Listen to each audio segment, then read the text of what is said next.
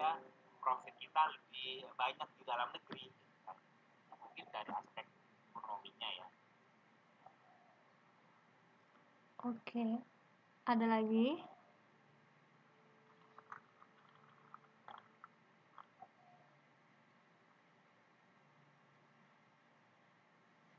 Halo. Iya, halo. Ya mungkin menambahkan dari Mas. Jadi Mas Selamat ya. Iya. Ya mungkin strateginya kita untuk bisa masuk, misalkan kita mau ekspor barang kita ke Taiwan, kita sudah punya kebutuhan untuk biaya untuk pekerjanya lebih murah di Indo, dan biaya produksinya pasti bisa lebih ditekan di Indo. Tapi untuk halangannya, mungkin tantangannya di cukai untuk Taiwan ke Indonesia ke Taiwan itu sangat mahal. Jadi apakah mungkin dari harga yang kita produksi di Indo setelah ditambah cukai mampu bersaing secara harga di pasar Taiwan? Oke. Strategi awal kita penetapan harganya dulu atau untuk dapat bersaing di pasar Taiwan. Misalkan di Taiwan harganya 100 NT, tapi di Indo kita bisa produksi dengan harga 30 NT misalnya, tapi setelah ditambah harganya sama 100. Otomatis kan juga itu jadi ini bisa diterima pasar atau tidak. Oke. Ada lagi?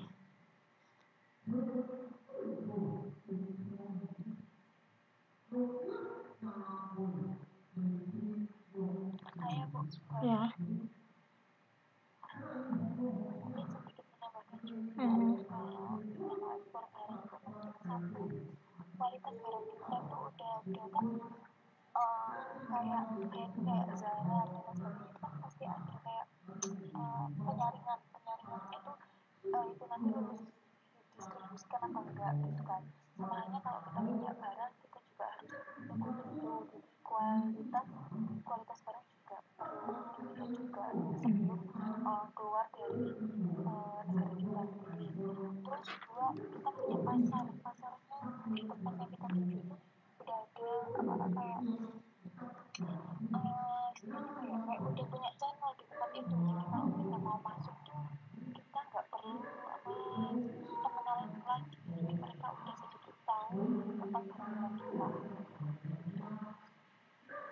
Itu terus relasi kayak bisnis kita mungkin perlu diperluas lagi. Terima kasih.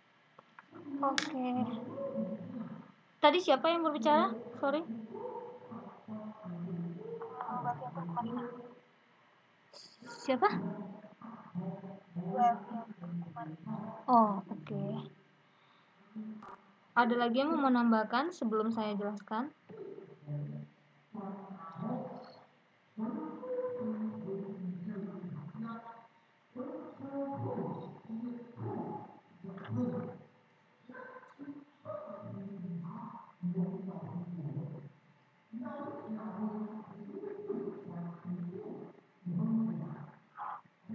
Oke. Saya yakin ya, kalian sebenarnya sudah tahu dari cara kalian menjawab, dari jawaban kalian kalian sudah tahu sebenarnya strateginya apa. Tapi memang dari segi teori kalian nggak tahu itu teori apa. Tadi yang dikatakan teman kalian, siapa tadi namanya? Saya lupa. Siapa tadi namanya? Sorry. Kusnul Khotimah.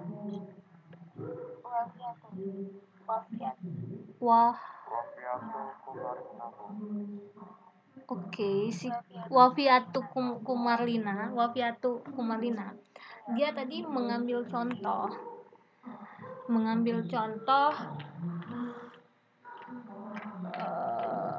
harga. Ketika harganya memang lebih murah dari yang lain, bisa dijual seperti itu. Itu dari segi harga. Ketika misalnya kita melihat si negara ini dapat menghasilkan sesuatu yang lebih murah dan tinggi kualitasnya. Tadi dia bilang kualitasnya bagus Bu dan murah daripada negara lain, itu kita bisa jadikan strategi ya. Oh Bu, saya punya dia mau menjual, tadi sepertinya contoh yang saya katakan yang di Taiwan. Oh, saya ini buka usaha dan bos saya memang butuh ini, tetapi dia mengimpor ini dari negara Malaysia, tapi punya saya kualitasnya lebih bagus dan murah, jadi saya mau menjual ke bos saya gitu. Itu namanya keunggulan absolut, ketika memang harga kita lebih murah dan kualitas produk kita lebih murah dari negara lain, kita bisa menjualnya ke negara lain lagi, seperti itu yang dinamakan keunggulan absolut. Tadi saya agak-agak susah sebenarnya. Si Wafiatu juga tadi menyebutkan, misalnya misalnya dia udah punya pasar sendiri seperti Zara dan lain, dia sudah punya channel sendiri, artinya dia punya nama sendiri, dia punya brand sendiri, dia tahu dia keunggulannya apa. Nah, itu yang dinamakan keunggulan komparatif. Contohnya apa keunggulan komparatif? Misalnya si Korea ini tahu keunggulan Korea ini di teknologi. Jadi itu kenapa si Korea sering mengekspor teknologi-teknologi ke negara lain. Contoh absolut, keunggulan absolut itu ada di negara Arab. Misalnya Arab itu keunggulannya minyaknya. Minyaknya lebih murah dan kita memang lebih efektif dan efisien membeli minyak dari Arab, misalnya seperti itu. Atau kopi dari Brazil, memang kopi Brazil lebih murah dan kualitasnya lebih bagus. Oke. Secara umum, baik keunggulan absolut maupun keunggulan komparatif merupakan keunggulan kompetitif. Jadi ketika kita memang mau melakukan bisnis internasional atau mau menjangkau pasar bebas, kita harus tahu gitu, kita keunggulannya di mana, absolut apa komparatif gitu.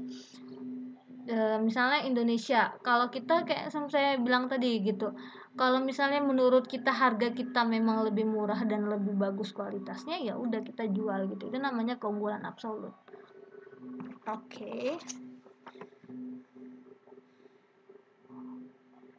Terus ini ada strategi-strateginya. Yang pertama, kita lihat keunggulan kompetitif nasional dipengaruhi ada 4 faktor. Yang pertama, kondisi faktor produksi. Jadi kita lihat produksi kita memang biayanya lebih efektif, lebih efisien, lebih murah tidak. Kalau misalnya biaya produksi kita mahal, kita tidak bisa nanti jual produk kita lebih murah karena biaya produksi kita pun sudah lebih mahal, seperti itu. Jadi kita harus tahu ya, si produksi kita ini memang murah dengan kualitas yang bagus. Terus yang kedua, kita lihat kondisi permintaan. Jangan-jangan kita buat nih, misalnya kita mau buat produk handphone dengan biaya produksi murah, tetapi handphone ini tidak bisa kalah saing dengan si handphone lain. Kita lihat juga, permintaan handphone yang seperti ini itu kurang. Jadi kita buat handphone yang misalnya kayak sekarang kan dari handphone kamera 3 ke 4 ke 5 gitu. Jadi kita lihat permintaan konsumen itu semakin lama seperti apa gitu. Terus yang ketiga, industri-industri yang berhubungan dan yang mendukung. Nah, kita seperti yang kata si Wafiatu tadi, channel kita cari teman-teman gini. Teman-teman yang mendukung, industri-industri yang berhubungan dengan kita dan yang mendukung kita, bisa kerjasama dengan kita istilahnya. Terus yang keempat, kita susun strategi, strukturnya bagaimana, struktur pemasarannya, penjualannya, struktur organisasi, persaingan kita siapa-siapa aja yang bersaing, perusahaan-perusahaan apa saja kira-kira yang menjual atau membeli produk sejenis, seperti itu. Kita harus bisa tahu. Oke. Nah, yang selanjutnya, menjangkau pasar bebas, strateginya. Ekspor impor. Tadi saya ngomongin ekspor impor, semua tahu kan perbedaan ekspor dan impor? Ya. Oke. Dari 1, 2, 3, 4, 5, 6, 7. Dari 7 ada yang nggak tahu nggak yang mana?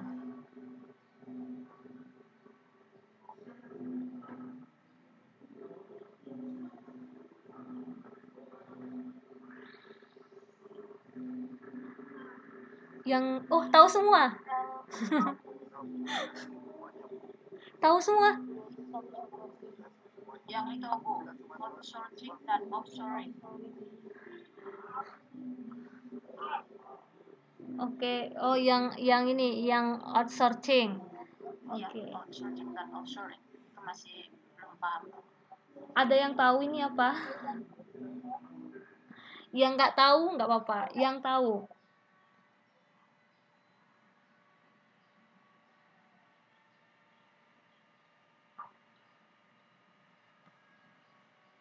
Oh, berarti nggak ada yang tahu ya?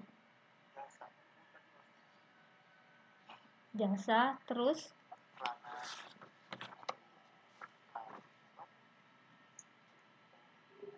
Suaranya pelan sekali. Nana Stion, suaranya pelan sekali.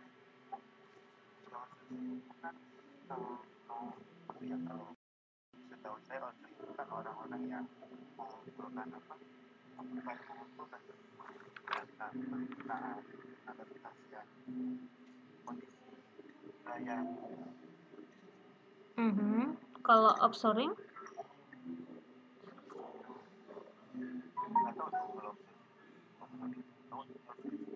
Oke. Jadi outsourcing itu iya. Oh, ada yang mau menjawab? Roma? Ya Bu. Oh, kamu nggak mau menjawab? Outsourcing itu ini bukan Bu, kayak penggunaan tenaga kerja dari pihak ketiga untuk menyelesaikan pekerjaan perusahaan. Itu bukan? Ya, itu pegawai outsourcing. Pegawainya ya? Oke.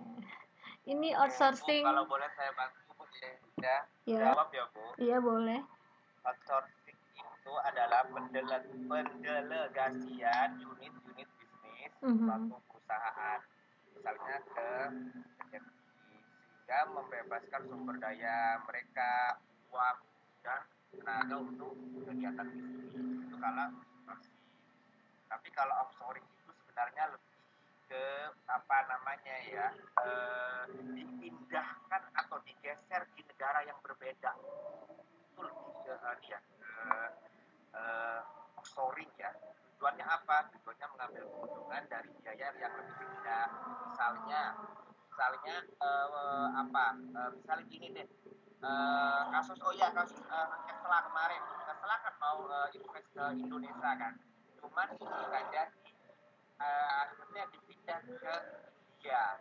Kenapa? Karena di India itu tenaga kerja lebih murah, tanah lebih murah, upah juga lebih murah, SDM lebih banyak. Kan makanya itu digeser ke negara lain. Itu namanya offshore, itu menurut saya sih. Ya. Selamat ya? Iya Bu. Oke, selamat. Selamat dari Jeddah. Ya, benar. Benar ya yang dibilang si Selamat tadi, benar. Contoh-contohnya juga tadi, contoh offshoring juga tadi benar. Contohnya misalnya upahnya lebih rendah gitu, terus karyawannya mungkin lebih ahli ketimbang dari negara lain. Jadi yang dikatakan benar. Terus kerja sama, karena tidak ada yang, berarti kalian cuma nggak tahu outsourcing sama offshoring. Terus saya jawab, apa itu lisensi dan waralaba?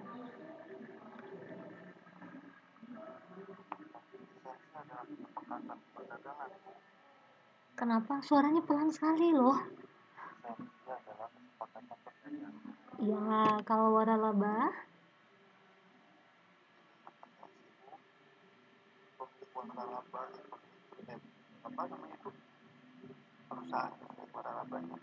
Ya, salah satu bentuk lisensi yaitu waralaba. Oke. Contohnya lisensi. Apa? Memegang merek, memakai produk dapat berlisensi. Itu waralaba. Waralaba ya? Nah, lebih ke waralaba itu salah satu bentuk lisensi. Salah satu bentuk lisensi. Kalau lisensi lebih mengarah ke legal standing ya. Jadi akta pendirian sebuah perusahaan. Oke, contohnya apa? Kalau waralaba kan contohnya banyak, Pizza Hut, McDonald, KFC, Holiday Inn, Wendy's, banyak waralaba. Kalau lisensi? Kalau lisensi mungkin ke arah apa perusahaan induk. Kalau lisensi itu alternatif investasi langsung ketika stabilitas politik negara lain dalam keraguan-raguan atau ketidaktersediaan sumber daya untuk melakukan investasi langsung. Jadi memang kayak dikasih gitu. Apa? Iya, yang Ibu jelaskan tadi, kenapa lisensi Contohnya? Alternatif investasi langsung. Iya. Itu kan lebih dari tujuannya, Bu, ya. Kalau lisensi itu kan sebenarnya adalah penggunaan suatu barang atau suatu produk oleh perusahaan lain untuk menggunakan nama lisensi. Ya. Kayak misalnya kan produk Indomie gitu kan, produk Indomie dilisensikan orang di Arab gitu kan, itu kan lisensi ya. Kayak trademark gitu loh kan, trademarknya tuh dipakai oleh company lain, itu namanya lisensi. Tapi kalau waralaba itu kan lebih menyeluruh ya, lebih ke sistemnya juga. Makanya kalau Alfamart, Indomart itu kan sistemnya juga dari pemegang waralaba. Oke, ya, waralaba. Jadi contohnya lisensi apa? Kalau waralaba kan banyak. Jadi misalnya ya, saya kasih contoh Indomie misalnya. Indomie di Jakarta memberi lisensi, memberi kewenangan, memberi memberi izin untuk memproduksi Indomie di Saudi gitu kepada perusahaan A. Oke. Itu namanya lisensi. Tepat sekali. Jadi memproduksi dengan membayar sejumlah tertentu, bedanya ya sama waralaba. Kalau waralaba tadi keseluruhan. Jadi misalnya nih, tadi Indomie contohnya itu lisensi. Itu contohnya ya, contohnya Indomie. Terus yang paling saya suka contoh lisensi karena saya penggemarnya Disney, yaitu dari Walt Disney. Jadi Disney mengizinkan Jerman memproduksi baju tidur anak dengan border wajah Mickey Mouse. Atau Disney mengizinkan Grace Gift-nya Taiwan untuk memproduksi barang-barang Disney seperti Mickey Mouse, tasnya dan lain. Ada yang tahu Grace Gift di sini pernah belanja di Grace Gift? Itu salah satu lisensinya dari Disney juga gitu. Jadi Grace Gift itu tidak ada di mana-mana lain selain di Taiwan karena si Disney cuma memberikan lisensi ke Grace Gift Taiwan. Seperti itu. Makanya tidak ada lagi kan? Karena itu tidak waralaba. Si Grace Gift. Oke, ada pertanyaan sampai di sini? Tadi bagus sekali contohnya ya. Nggak ada ya, berarti ini ada yang menarik. Apa perbedaan kerjasama sama aliansi?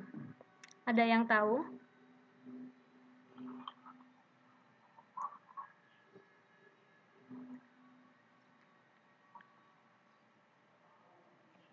Apa perbedaan kerjasama sama aliansi?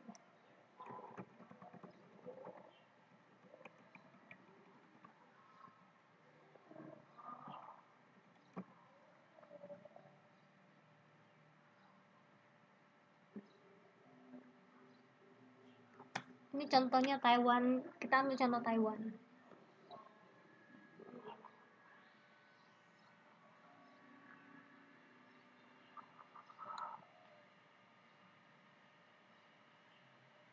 Apa tadi itu pertanyaannya? Apa perbedaan kerjasama dan aliansi.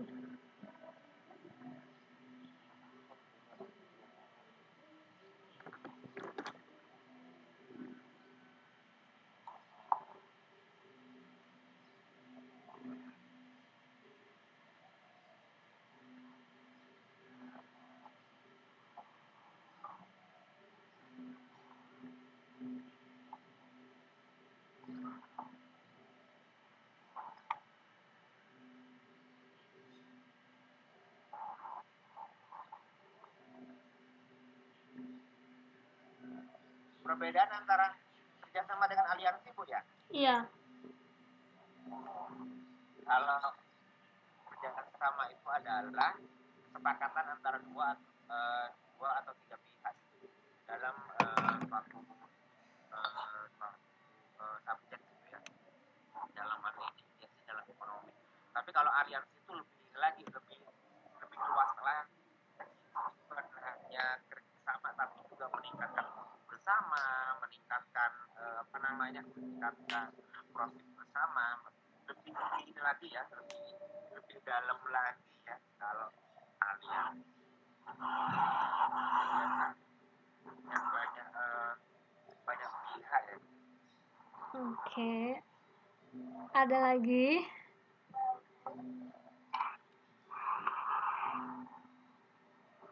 Kalau nggak ada bedanya, bilang nggak ada bedanya. Kalau ada bedanya, apa bedanya gitu.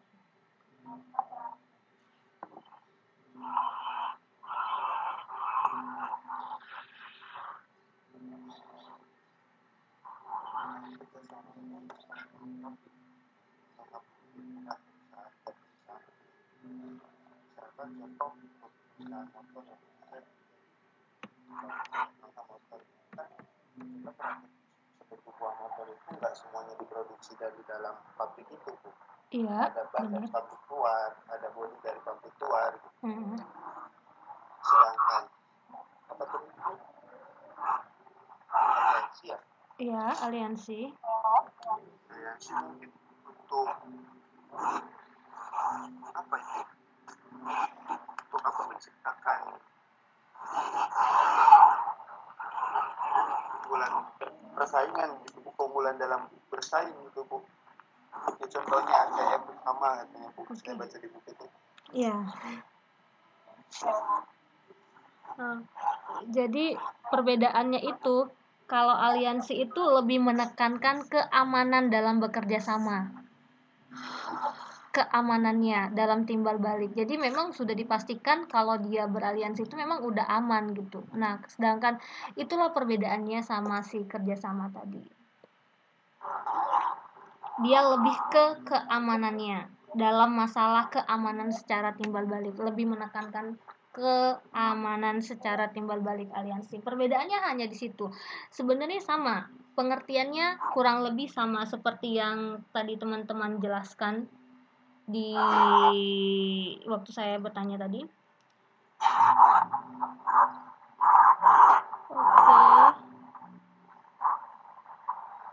Jadi bisa jadi ya kerjasama atau aliansi ini misalnya seperti yang sedang kita lakukan, teman-teman lakukan. Misalnya Taiwan membutuhkan tenaga kerja karena Indonesia sedang membutuhkan lowongan pekerjaan gitu. Jadi mereka bekerja samalah antara Indonesia dan Taiwan dalam ketenaga kerjaan. Indonesia mengirimkan tenaga kerjanya untuk dipekerjakan di Taiwan. Seperti itu. Itu salah satu bentuk kerjasama juga. Kerjasama tidak hanya dalam jual beli barang, jasa juga iya ya, layanan seperti itu. Oke. Sampai di sini ada yang mau ditanya? Sampai di sini ada yang mau ditanyakan? Ibu bisa tanya, Bu? Boleh. Tadi balik lagi, Bu, mungkin yang slide sebelumnya. Halo? Ya, halo, ini sudah saya balik. Ya, saya Muhammad Rumli, Bu. Ya, Rumli. Mungkin masih ya tadi kan ada beberapa berapa ini ada kerjasama, ada asosiasi, ada apa tadi dan berlaba warga. Mungkin yang lain juga perlu dijelasin Bu, karena juga kita masih belum paham betul tuh langsung tuh seperti apa gitu. Walaupun kita sudah baca di modul kan mungkin tidak seperti yang dijelaskan langsung, termasuk perusahaan perdagangan atau ekspor oke lah, itu mungkin sudah dijelaskan di awal. Saya investasi langsung itu kan masih belum paham. Mungkin sisanya kan tinggal dikit, tinggal investasi langsung dengan perusahaan perdagangan gitu ya. Oke, perusahaan. Ekspor impor udah ya, udah tahu ya tadi saya jelaskan ya. Kalau perusahaan perdagangan itu adalah perusahaan yang membeli barang dari suatu negara dan menjualnya ke negara lain, itu yang dinamakan perusahaan perdagangan. Jadi kita membeli barang nih dari Taiwan, terus kita jual lagi ke Singapura. Mungkin nggak Bu? Mungkin. Jadi contohnya adalah perusahaan tempat saya bekerja. Jadi tempat saya bekerja itu melakukan perusahaan perdagangan. Jadi dia mengekspor barangnya ke Singapura. Jadi dia punya klien nih, contohnya ya perusahaan perdagangan. Dia punya klien. Jadi kalian pasti berpikir, di contoh di buku kan perusahaan perdagangan membeli barang dari satu negara dan menjualnya ke negara lain. Loh Bu, bukannya habis ongkos ya Bu? Sementara kalau misalnya kita beli dulu dari barang Singapura terus kita jual lagi ke Malaysia, bukannya itu enggak efektif, enggak efisien? Bukan. Enggak seperti itu. Jadi misalnya contohnya seperti ini. Perusahaan saya itu kan di Taiwan. Jadi dia menjual itu produk makanan hewan.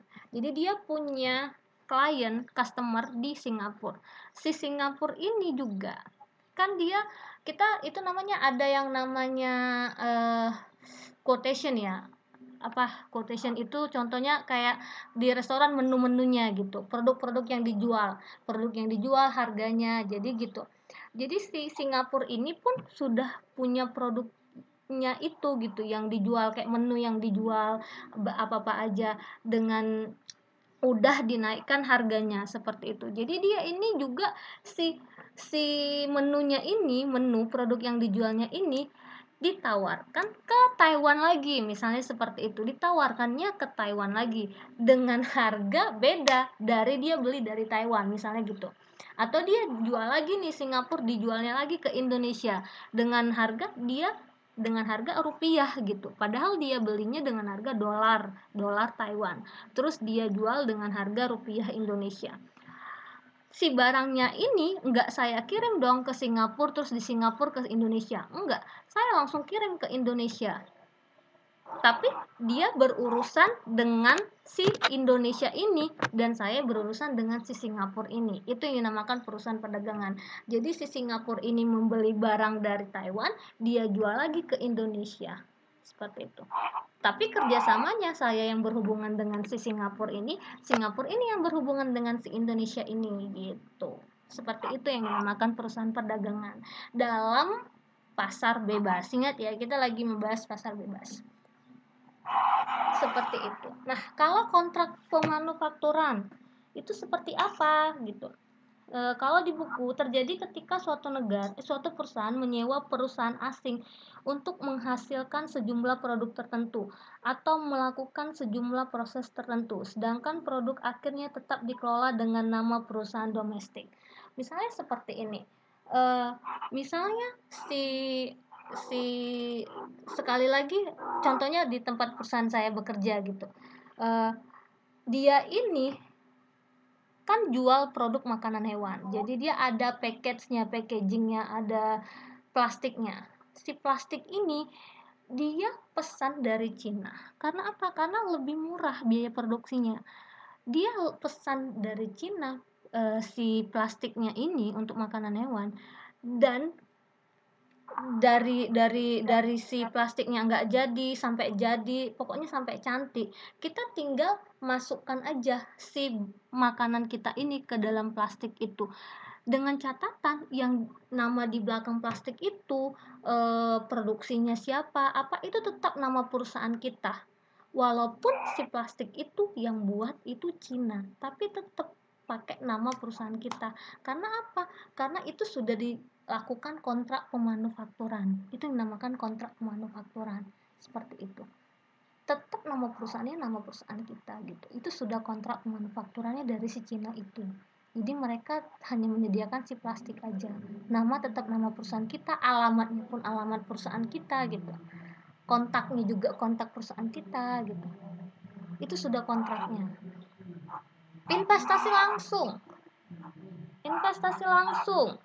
Perusahaan yang ingin lebih banyak mengontrol dan ingin menginvestasikan dananya ke bisnis internasional pasti akan memilih melakukan perdagangan internasional dengan mengadakan investasi langsung atau memiliki fasilitas di negara lain. Oke, jadi investasi langsung itu contohnya seperti ini. Perusahaan saya misalnya, perusahaan tempat saya bekerja, bukan perusahaan tempat, misalnya contohnya perusahaan tempat saya bekerja gitu, ingin membuka usaha lagi di Indonesia misalnya seperti itu, tapi dia tidak melakukan investasi langsung. Karena apa? Kalau dia melakukan investasi langsung atau atas nama perusahaan, dia buka cabang lah atas nama perusahaan, dia langsung investasikan nih uangnya, kita buka cabang baru di Indonesia gitu. Kalau dia langsung menginvestasikan si uangnya tersebut, dia terlibat dalam proses pembukaan perusahaannya, mulai dari pengembangannya, operasi fasilitas barunya, strateginya apa, kita bikin brandingnya gimana, dia ikut terlibat jika investasi langsung. Tapi jika dia hanya kerjasama,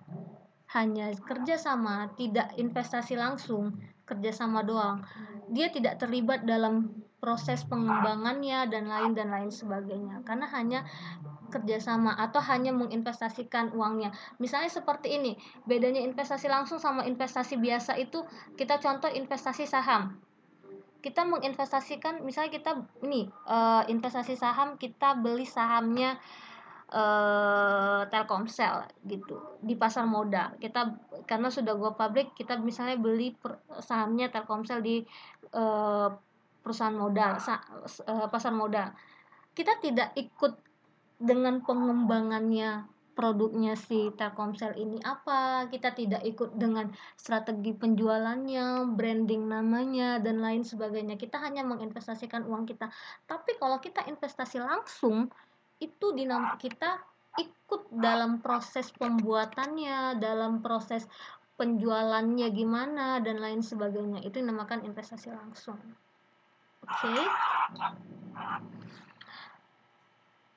Sudah jelas? Ya? Mungkin ini Bu, berarti kalau investasi langsung itu suatu negara memulai bisnisnya di suatu negara lain dari mulai nol sampai memproduksi barang gitu mungkin ya? Mungkin bisa jadi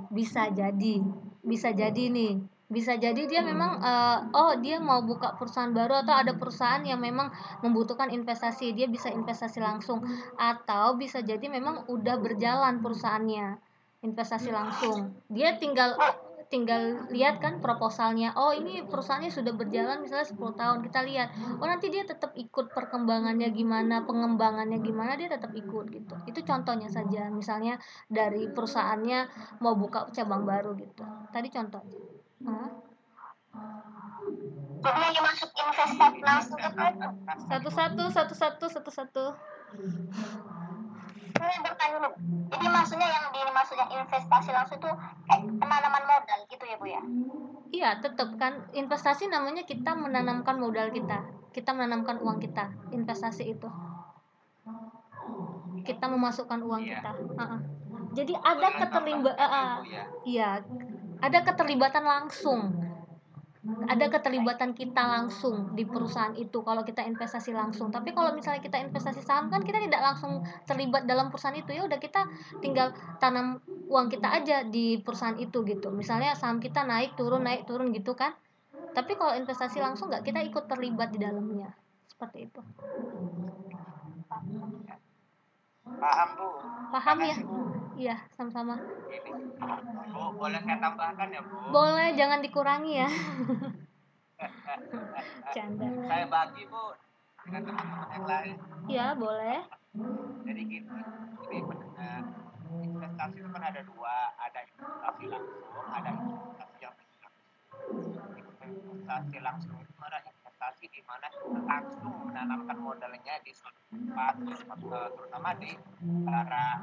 Misalnya kita mau membuka cabang di negara lain, atau kita bekerja sama dengan perusahaan lain, itu namanya investasi langsung karena kita terlibat dari A sampai Z, nama dan modalnya langsung di dari kita dan diserahkan untuk bisnis kita. Kalau investasi tidak langsung itu adalah investasi di bursa saham, itu namanya investasi tidak langsung. Misalnya kita beli sahamnya Starbucks misalnya di Amerika, kita termasuk investasi di Amerika, tapi investasinya tidak langsung gitu. Karena ya itu tadi kita cuma beli sahamnya doang gitu, dan kita tidak mengurusi A sampai Z. Sebenarnya perbedaannya sih jelas ya. Kalau investasi tidak langsung sih di bursa saham itu terjadinya gitu. Atau kalau di Saudi kita beli di Tadawun ya namanya, atau kalau di Indonesia BBI kan, Bursa Efek Indonesia gitu kan, itu namanya investasi tidak langsung. Mungkin lebih jelaskan. Terima kasih. Oke, terima kasih, selamat. Ada lagi yang mau ditanyakan? Sampai di sini ribut kali saya ya. Maaf ya atas ketidaknyamanannya. Satu lagi Bu. Ya. Sesuai yang dijelaskan oleh Mas Slamet tadi, ada investasi langsung dan investasi tidak langsung. Kalau saya dengar definisinya tadi, artinya investasi tidak langsung itu mungkin sama dengan kerjasama tadi itu ya, atau beda lagi? Beda lagi. Kerjasama dengan beda investasi lagi. langsung, tidak langsung. Nah, kalau beda, kerjasama itu kan tidak harus menanamkan modal. Kalau investasi itu kan memang uang kita. Kalau kerjasama misalnya yang saya tadi katakan, misalnya tenaga kerja, si Taiwan membutuhkan tenaga kerja dari Indonesia, Indonesia membutuhkan lowongan pekerjaan. Jadi Indonesia membuat kerjasama bilateral itu dua negara. Nah, si tenaga kerja dari Indonesia dikirimlah ke Taiwan. Nah, itu kan tidak investasi, tidak menanamkan uang kan? Tidak menanamkan uang gitu. Beda. Kalau investasi itu kita menanamkan uang kita, baik secara langsung maupun tidak langsung.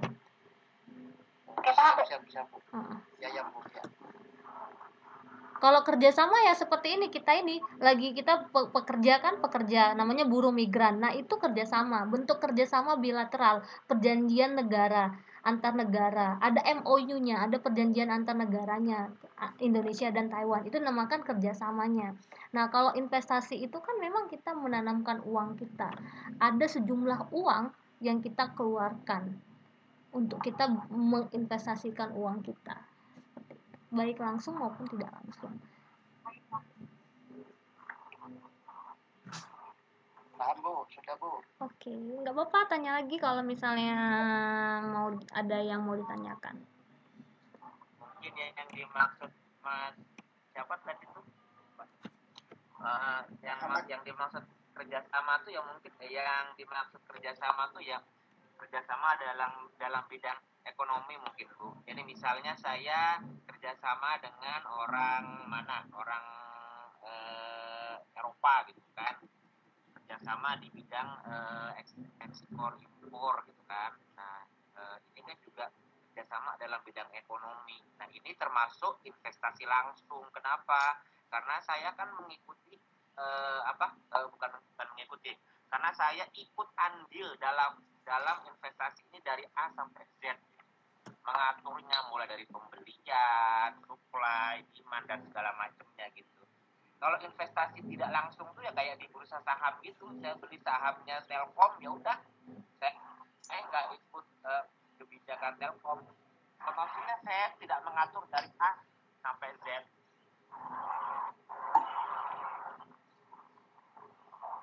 Oke, ada lagi yang mau ditanya? Kalau kerjasama itu kenapa? Bisa menanyakan yang sudah mundur ke belakang Bu ya? Boleh. Yang mana? Iya, nggak apa-apa. Di situ tadi saya ada yang masih belum paham Bu. Setelah saya baca modul itu saya masih Iya, yang mana? Untuk penjelasan Bu ya. Di situ ada persaingan Bu. Masalah persaingan apa tadi?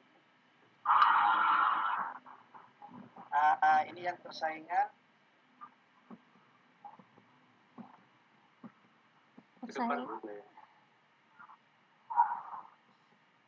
Jenis persaingan Bu ya, itu kan Ibu cuma menyebutkan di situ tadi Bu. Ini ya. Sebelumnya Bu. Ini. Sebelumnya. Yang ini Bu. Yang ini. Iya. Oh, yang ini. Kan salah satu perusahaan itu harus melakukan globalisasi. Di situ kan ada yang pertama untuk memenangkan persaingan. Kan umum ya. Karena kalau saya baca di modul itu ada beberapa jenis persaingan di situ. Halo? Iya, halo. Iya, di situ yang saya baca ada namanya praktik dumping. Itu maksudnya gimana Bu ya?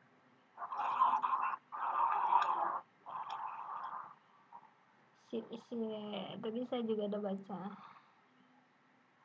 Ya, ada istilah praktik dumping. Nah, itu saya masih belum paham Bu. Maksudnya praktik dumping itu yang gimana Bu ya? Bentar ya.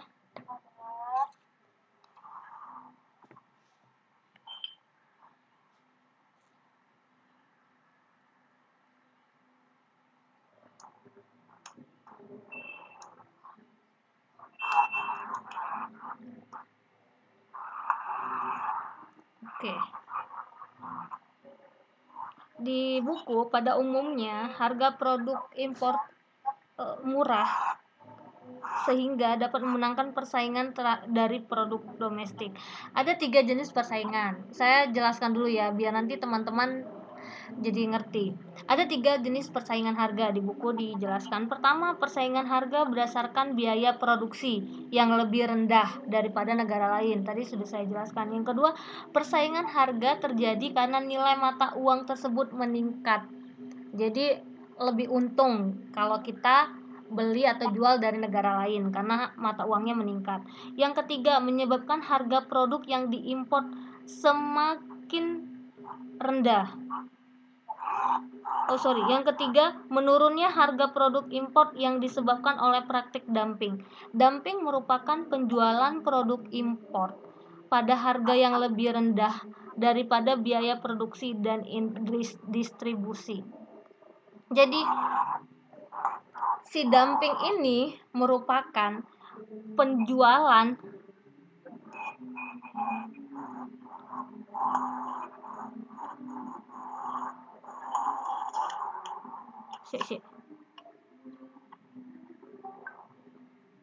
menurunnya harga produk impor. Oke.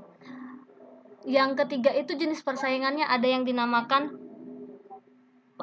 menurunnya harga produk impor yang disebabkan oleh praktik dumping. Dumping ini contohnya ketika kita memproduksi suatu barang nih.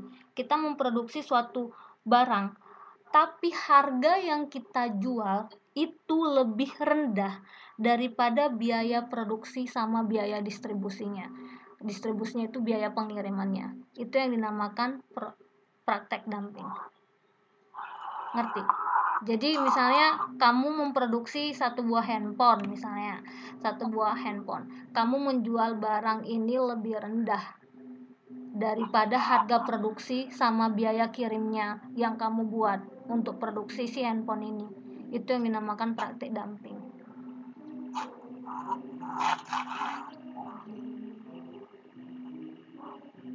Suara saya kedengaran nggak? Soalnya di sini ribut. Suara saya kedengaran tidak? Jelas Bu, sangat jelas Bu. Oke. Soalnya di sini ribut sekali. Oke. Oke, kita lanjut ya. Ini saya mau menjelaskan grafik. Oke. Ini grafik pasar bebas di Indonesia selama 10 tahun. Yang merah itu impor, yang biru itu ekspor. Oke. Kita lihat ya. Berarti saya mau tanya, dari grafik ini tadi saya sudah jelaskan kan, defisit sama surplus neraca perdagangan. Jadi kalau saya bilang defisitnya, kalian sebutkan tahun berapa ya? Oke, saya tanya, di tahun 2013 Defisit Bu. anggap aja belum tahu nih pertanyaannya. Belum saya. Di tahun 2013 saya ubah pertanyaannya. Oke. Di tahun 2013 itu kan defisit. Di tahun berapa defisit yang paling maksimal? Yang tinggi, yang tinggi. 2000 berapa? 2011. Berapa? Di kisaran berapa? 2011 apa 12? 11 apa 12? 12 Bu. 12. Oke, 2012. Yakin apa yakin? Oke, yakin. Di sekitaran berapa?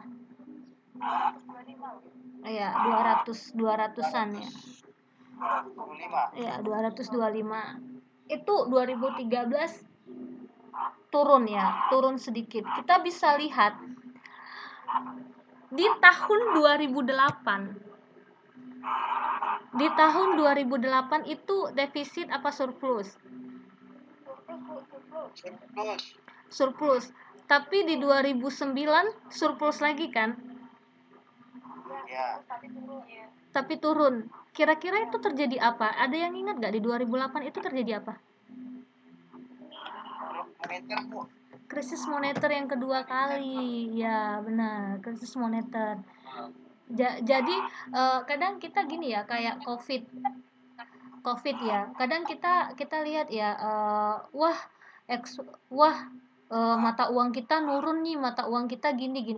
Tapi kalau dari segi grafik seperti ini gitu, dari segi pertumbuhan ekonomi ataupun grafik pasar bebas seperti yang kita lihat di krisis moneter 2008 ke 2009, walaupun turun, tapi kita tetap surplus gitu, tetap mempertahankan si surplus walaupun memang turun gitu. Memang ada kejadian-kejadian yang tidak terduga yang seperti krisis moneter ataupun COVID yang membuat memang kita harus struggle ya kayak gitu, tapi tetap dia surplus. Dari sini kita bisa lihat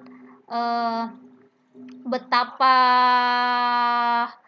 usaha pemerintah untuk menekan ini tetap surplus itu sangat susah, karena ada yang benar-benar bukan hancur ya, ada yang benar-benar pada saat itu dia menjadi negara kedua terbesar investasi di dunia, sampai sekarang dia masih tetap struggle gitu untuk mengembalikan namanya. Itu negara mana? Negara Jepang. Soalnya saya tesisnya meriset tentang negara Jepang di kejatuhan krisis moneter. Yang paling kacau ketika ada krisis moneter maupun COVID seperti ini gitu, itu Jepang. Jadi Indonesia sebenarnya tidak terlalu apa ya, kalau dari segi pertumbuhan ekonominya berdampak, tapi tidak separah dari negara lain gitu.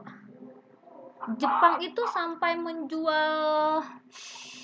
menjual obligasi surat berharganya itu sampai tidak ternilai loh. Kalau kita kan 5 miliar ya kalau nggak salah ya, 5 miliar gitu. Kalau Jepang sampai bebas gitu, sebebas-bebasnya, saking terpuruknya Jepang. dia kalau ada COVID ataupun krisis moneter. Ini sekarang Jepang sangat berdampak sekali dengan COVID gitu, dibandingkan dengan kita, dibandingkan dengan Indonesia gitu. Jadi pemerintah kita sebenarnya sudah melakukan semaksimal mungkin gitu. Sebenarnya Jepang juga sudah melakukan semaksimal mungkin gitu, tapi banyak faktor-faktor yang mendukung ya. Oke, lanjut. Karena kita tinggal di Taiwan, kelihatan gak sini?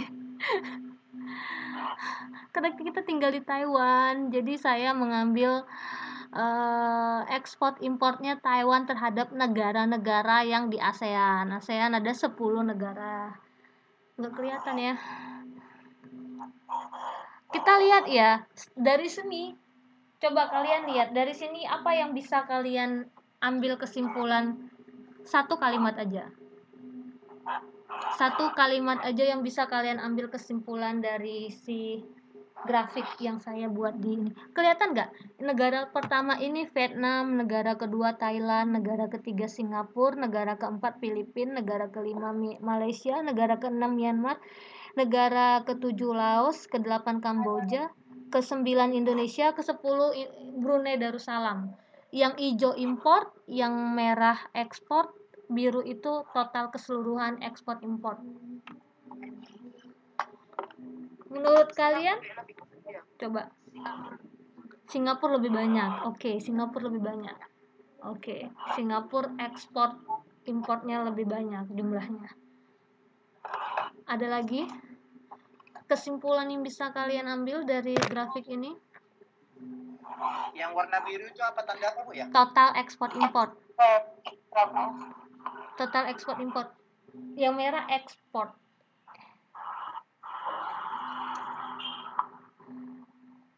Yang merah ekspor. Hampir semua negara mengalami defisit, Bu. Hampir semua negara mengalami defisit. Taiwan. Oke. Hampir semua negara mengalami defisit. Yang lain? Itu yang merah apa, Bu? Ekspor. Dengan biru ekspor ya, Bu ya tadi. Biru total. Jadi biru itu total ekspor sama import. Merah itu ekspor.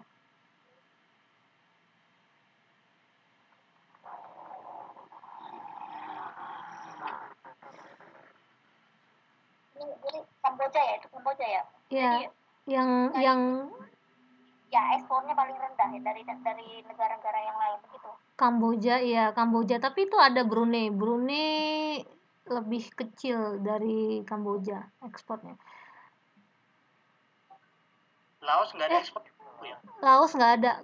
Brunei malah nggak ada. Brunei hijau import. Brunei import.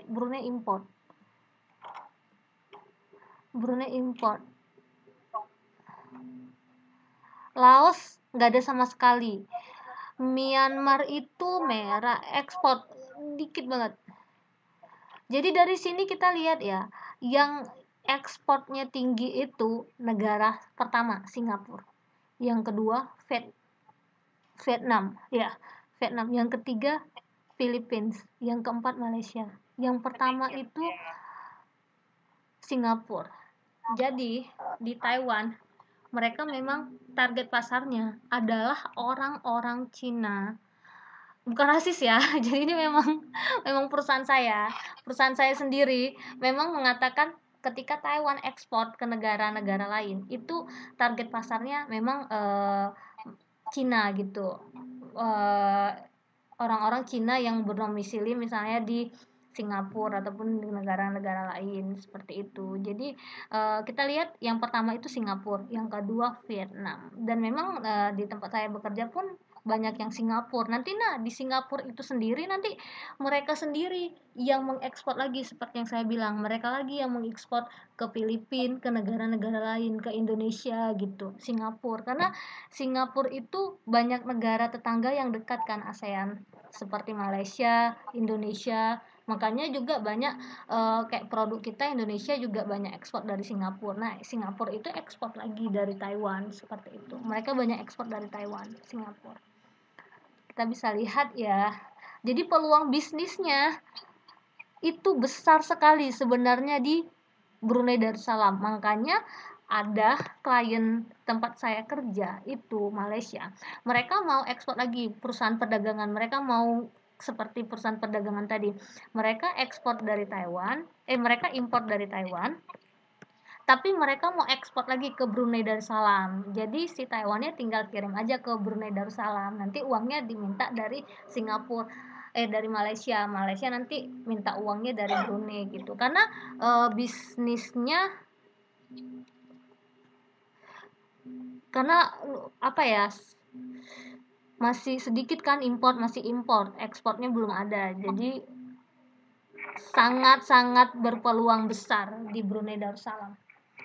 Oke. Kalau saya baca dari statistik ini ya Taiwan Asia statistik ini 2015. Ini sebenarnya bukan ekspor impor dari negara yang dicantumkan. Mungkin teman-teman banyak yang salah sangka, misalnya Laos kok nggak ada ekspor impornya ya, sebenarnya nggak gini bacanya. Jadi ini maksudnya adalah dari Taiwan, ekspor impor negara Taiwan ke negara-negara ini. Artinya Taiwan kalau di Laos itu 0, berarti Taiwan memang belum pernah atau pada saat ada itu transaksi ekspor dan impor ke negara Laos gitu. Jadi ini mungkin ada beberapa teman yang ini ya persepsi ya, ini sebenarnya adalah transaksi Taiwan, ekspor impor Taiwan ke beberapa negara ini gitu. Bukan berarti Singapura surplus, Indonesia ini minus, enggak gitu. Jadi kita bisa lihat ya, Taiwan strateginya memang masyarakat yang memang mereka dari segi budaya juga familiar, dari segi bahasa juga familiar, karena Singapura itu kebanyakan bisa bahasa Cina gitu, dan memang Taiwan juga banyak yang tidak bisa bahasa Inggris begitu. Jadi misalnya seperti perusahaan saya tempat kerja, mereka tetap masih menggunakan bahasa Cina gitu. Di Vietnam pun misalnya kalau mereka ekspornya ke Vietnam, mereka masih menggunakan bahasa Mandarin seperti itu. Jadi itu strategi pasarnya. Dan dari aspek budaya kali Bu ya. Iya, dari aspek maksudnya kenapa ekspor dan impor Taiwan ke Indonesia jauh di bawah Singapura, karena mungkin budaya, maksudnya gini, di Taiwan mungkin banyak produk-produk yang non halal sehingga tidak bisa diekspor ke Indo gitu kan. Jadi apa di Singapura lebih banyak karena Singapura mungkin dari segi budayanya, dari segi bahasa, halalnya lebih sama. Jadi seperti yang tadi saya jelaskan di awal, kalau misalnya suatu perusahaan itu mau melakukan internasionalisasi, memang harus dipahami perbedaan budayanya seperti itu. Mungkin lebih gampang masuk ke Singapura, makanya kalau misalnya kita lihat di Singapura, seperti yang saya katakan tadi, padahal si customer saya Singapura ini dia menjual barang lagi ke Indonesia. Nah, tapi itu kan tidak termasuk dalam ekspor impor Taiwan gitu. Walaupun memang produknya tadi dari Taiwan, tapi tetap yang menjual itu dari Singapura ke Indonesia, walaupun si Taiwan yang memproduksi. Seperti itu. Dia tetap pakai nama Singapura. Seperti yang saya katakan, itu namanya tadi apa? Perjanjian manufaktur. Kontrak manufaktur. Itu dinamakan kontrak manufaktur. Begitu. Itu strateginya Taiwan gitu. Biar si produknya laku gitu. Biar dia beli dari Taiwan, tapi dia mau memasarkan lagi ke Indonesia, dia pakai nama perusahaannya nggak apa-apa gitu. Itu strateginya. Karena apa? Mungkin dari segi budaya juga Singapura Indonesia dekat, tapi kalau Indonesia Taiwan itu udah jauh gitu. Dari halalnya, dari bahasanya juga gitu. Udah beda. Oke, ingat ya, ini Maret 2015 dan ini dari Taiwan ke ASEAN. Jadi tidak ada negara-negara lain. Cuman Taiwan ke ASEAN. Oke, kekuatan dalam pasar bebas dan proteksi perdagangan. Tadi sudah saya jelaskan ya, proteksionisme tadi di awal.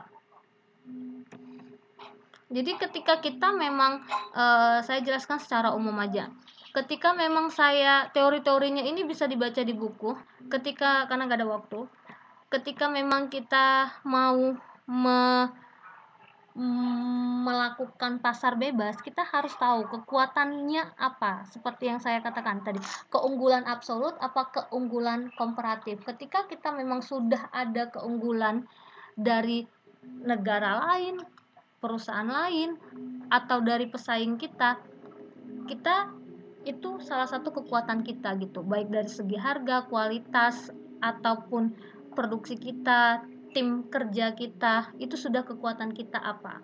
Dan produksi perdagangan, kalau kita mau melakukan ekspor impor, kita harus melindungi barang kita ini, biar bagaimana si barang kita sampai di negara atau di tempat tujuannya dengan selamat.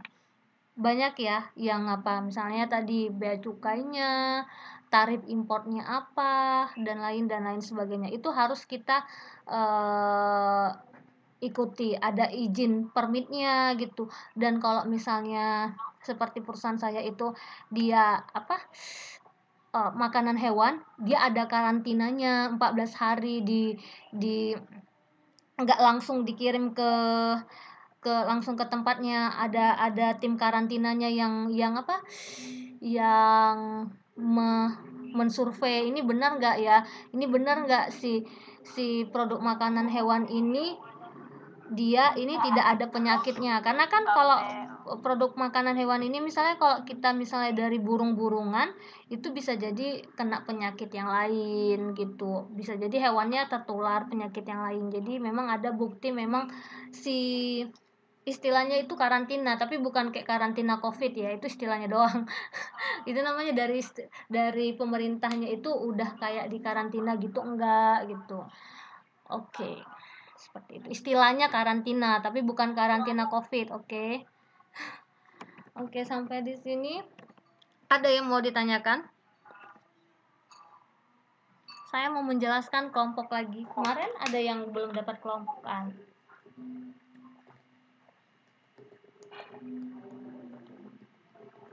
Boleh tanya dulu, Bu? Boleh, kita ada waktu 4 menit. Ya. Mau menanyakan ini, Bu, soal impor barang atau ekspor ya? Iya, impor. Tadi di awal kalau nggak salah ada yang ada penjelasan tentang karena produk dalam negeri mungkin kalau nggak salah untuk mengamankan agar produk dalam negeri tidak tersaingi lah, itu kalau nggak salah di awal. Saya mau nanya, Bu, di negara kita itu ya saya pernah baca di koran atau di televisi itu, Bu, seperti impor beras, impor gula, yang kan beras lokal dan gula lokal itu malah jadi harganya menurun gitu. Itu strategi apa yang dipakai oleh negara kita, atau tujuan apa gitu kok sampai melakukan hal-hal yang merugikan rakyatnya sendiri, kan begitu menurut pemahaman saya, Bu. Apa benar memang ada teori yang bisa menguntungkan negara tersebut, sehingga walaupun di dalam negeri tersedia produk yang sejenis kok masih melakukan impor? Itu maksud saya, apakah teori yang namanya mungkin ya menguntungkan untuk yang paling tidak kemakmuran, kan negara itu kan tujuannya untuk memakmurkan rakyatnya, bukan untuk menyengsarakan rakyatnya. Mohon penjelasannya. Oke, jadi pertanyaannya, negara kita import beras nih, import beras tapi harganya lebih murah. Ya. Oke, kira-kira teman-teman ada yang mau membantu menjawab terlebih dahulu dari pertanyaan Slamet? Bukan Slamet, Muhammad Rumli, Bu. Rumli, sorry. Kok di sini namanya Slamet ya? Bukan, Bu. Dari Rumli. Maaf ya Rumli. Ini baru ada namanya. Maaf ya Rumli. Aduh, saya akan mengingat kamu nih jadinya. Ya. Ada yang mau? Kenapa? Duh.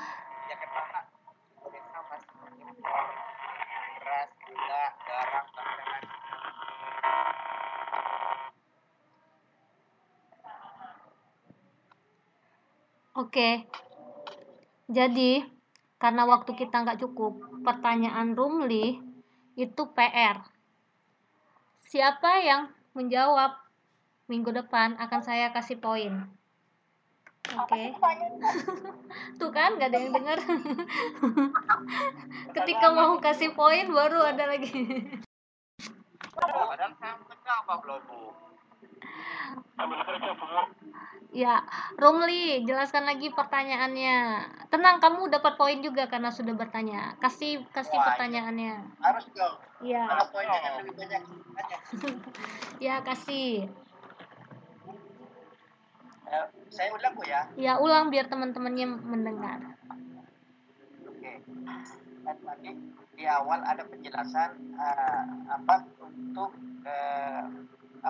keamanan produk dalam negeri, kalau nggak salah di awal tadi ada penjelasan itu. Nah, sekarang yang saya mau tanyakan berkaitan dengan itu juga, negara kita itu kan, di negara kita kan masih impor beras, impor gula, dan bahan-bahan produk lainnya lah yang saya dan setelah saya membaca dan di beberapa media bahwa beberapa petani unjuk rasa karena adanya barang masuk dari luar negeri. Artinya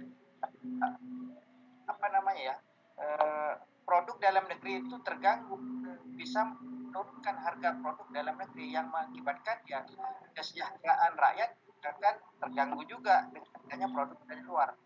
Pertanyaan saya, apa yang digunakan oleh pemerintah khususnya, tujuan apa kira-kira kenapa pemerintah itu melakukan impor yang pada akhirnya barang impor tersebut sudah ada di dalam negeri? Itu aja pertanyaannya. Oke. Kira-kira paham ya? Ya, singkatnya seperti ini ya. Saya singkat ya. Jadi kita banyak impor beras gitu dari luar negeri, misalnya dari Thailand. Nah, tapi produksi beras kita juga lumayan tinggi karena kita adalah negara agraria, pertanian. Nah, kenapa? Ketika kita negara pertanian mengimpor beras atau gula dari negara lain, seperti itu kan pertanyaannya, kurang lebih. Oke. Ya. Nah, yang saya tanya, ya. Tanyain, apa memang ada teori yang apa? Kalau memang ada teori, apa nama teorinya? Ada. Apa keuntungan untuk negara dan rakyatnya? Ya. Ada. Saya mau menjawab tapi nanti kepanjangan karena saya mau menjelaskan lagi tentang tugasnya. Ini PR aja dari kalian. Ada saya jelaskan tadi. Cuman contohnya memang tidak seperti itu tadi. Ada di slide itu ada tadi penjelasannya itu juga ada. Kalian tinggal berpikir aja yang bagian mananya. Dapat poin minggu depan, oke? Okay? Berarti Bu, saya mau tanya. Tanya boleh? Halo? Iya boleh. Ya, kita ditanyakan kenapa pemerintah melakukan ekspor-impor. Enggak impor, cuman impor. Impor beras ya dari luar. Impor ya, impor, cuman impor. Iya. Ya. Jelasin masalah tugas ya, Bu. Ya ini nggak tugas, ini cuman ya penambahan poin aja kalau mau menjawab minggu depan, penambahan poin. Ini nggak tugas, jangan dari luar negeri. Ini nggak tugas, jangan diambil stres ya. Ini nggak tugas, ini cuman pertanyaan tambahan untuk nilai tambahan aja. Jangan dijadikan pusing, oke? Ini bukan tugas. Jadi kalaupun nggak dijawab juga nggak apa-apa. Iya, nggak dijawab juga nggak apa-apa. Kalau dijawab ada poinnya gitu. Kalau nggak dijawab nggak mengurangi poin, oke? Karena waktu kita tidak cukup. Oke, seperti itu pertanyaan. Saya tutup, tidak ada lagi. Nanti kalau misalnya ada yang penting bisa ditanyakan di grup. Ini ada kelompok minggu depan itu kelompok 1 modul 3 maksud saya. Modul 3 membahas modul 3. Jadi hari Jumat paling lama Jumat malam itu kirim materinya ke saya. Nanti saya lihat dulu, saya review materinya gitu. Terus saya masukkan ke LMS. Nanti kalau misalnya nggak bisa dimasukkan, baru nanti saya hubungin lagi kelompok 1 gimana. Jadi makanya kenapa hari Jumat. Dan biasanya itu Presentasenya jangan lama-lama ya, setengah jam aja cukup sebenarnya. Tapi kalau misalnya teorinya banyak nggak apa-apa, 1 jam untuk kelompoknya, 1 jam membahas diskusi. Oke, ini saya tambahkan Wafiatu ada di kelompok 5, Rizky di kelompok 6, Nur Aini di kelompok 6. Ada yang belum mendapatkan kelompok di sini? Bisa ada lihat slide-nya kan? Kelihatan. Itu kayaknya Muhammad Hafidin nggak ada, Bu. Muhammad siapa? Hafidin ada di kelompok 2. Oh, iya. Ya. Nur Aini awalnya di kelompok 7 saya pindahkan ke kelompok 6 karena kelompok 6 itu materinya banyak, kegiatannya ada 5, kegiatan belajarnya ada 5. Jadi saya pindahkan Nur Aini dari kelompok 7 ke kelompok 6. Oke. Minggu depan berarti kelompok 1 dulu ya. Iya, minggu depan kelompok 1. 1 minggu itu, 1 pertemuan itu 1 kelompok. Dan membahas 1 modul. Karena cukup ya, 9 modul itu 9 kali pertemuan. Aku mau nanya dong, Bu. Boleh. Ini kan minggu depan kelompok 1 kan tampil membahas modul 3 ya kan? Iya. Dalam modul tersebut kita kan ada beberapa materi itu. Nanti berarti kita tinggal bagi banyaknya materi sama banyaknya jumlah anak dalam kelompok tersebut gitu. Iya, boleh, seperti itu. Bagaimana enaknya aja? Nanti presentasinya gimana? Bergantian kah atau gimana? Bergantian. Presentasinya bergantian. Jadi yang saya lihat itu memang kerjasama timnya. Yang kedua, cara menyampaikan materi. Yang ketiga, waktu dia diskusi. Berarti PPT ya? Ya, PPT, dalam bentuk PPT. Jadi misalnya ada nih teman kalian yang misalnya, Bu, teman saya nggak bisa hadir, dia kasih rekaman, boleh, terserah, rekamannya mau kalian masukkan ke PPT-nya bisa, atau kalian waktu bagian teman kalian putar rekamannya juga bisa, terserah, senyaman mungkin aja. Berarti tidak menggunakan ke PPT doang? Ya, atau misalnya, Bu, ada 5 orang nih, misalnya ada 5 orang. Oh, kenapa? Temanya apa sih? Modul 3. Modul 3 minggu depan. Modul 3. Cukup dibagi begitu aja ya, kelompok 1. Ya, itu saya serahkan ke kelompok 1 aja bagaimana sistemnya gitu. Misalnya kalian mau bahas, misalnya ada teori-teori yang menurut kalian nggak terlalu penting dibahas, nggak apa-apa gitu, bisa jadi kalian skip. Atau misalnya ada teori yang misalnya memang pengen kalian bahas tapi kalian ambil dari internet, bisa kalian tambahkan teori dari internet juga bisa gitu. Seperti saya kan kadang menambahkan dari internet, kayak grafik tadi saya tambahkan dari internet begitu. Jadi tergantung kalian aja.